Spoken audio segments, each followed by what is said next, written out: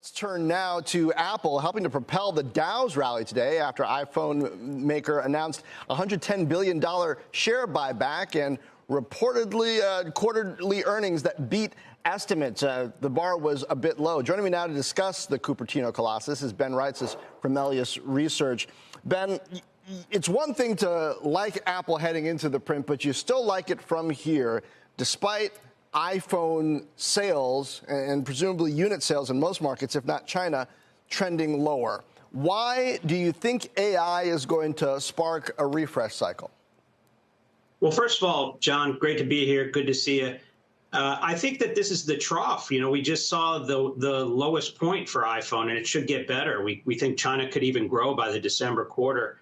And what we like about AI, John, is that they're going to release software that's going to compel you to get the iPhone with the best processor and the most storage, and then buy more services. And we're really bullish about that. I think ASPs and mix continues to even get better once they launch the iPhone 16 and then really get catalyzed with iPhone 17. This may be one of the best cycles for iPhones that we've had in its history. So I want to spend some time there because I think this is something the market often gets wrong about Apple, is not paying enough attention to WWDC, paying too much attention to the hardware announcements themselves. What do you think, when I think back on some Apple announcements that have really mattered, things like the video in the iPhone, being able to shoot video and transmit that over 3G, things like iMessage, what are you looking for in the AI-related announcements that we would expect to get out of WWDC,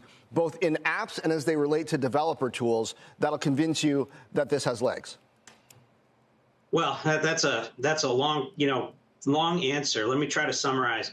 I think that what we're looking for is an iOS assistant that allows you to summarize things in Safari, as well as your messages, add calendar appointments, and infuse generative AI into making the iOS better.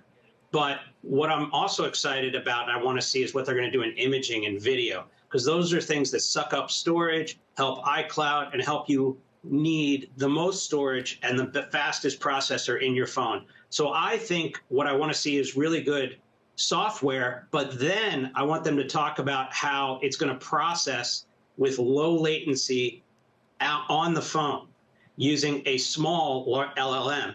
And we think that could be great, because that would mean you need the fastest, best phone to enjoy the AI and have the best experience, which then creates the super cycle down the road.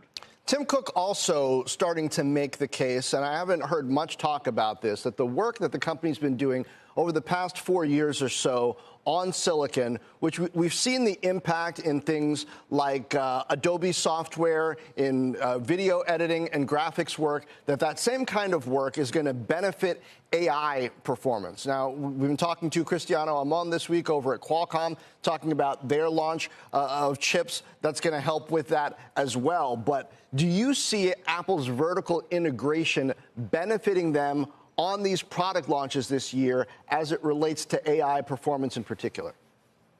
Absolutely, John. I think that they have a real advantage being vertically integrated. You know, Google does stuff and they don't control most of the people that make the phones, et cetera. And these guys, Apple, Cupertino, they control it all. And what they can do is they can turn the dial so that you have the best performance, where stuff happens locally on your phone and privately and securely, while you interact with the cloud really when you need to.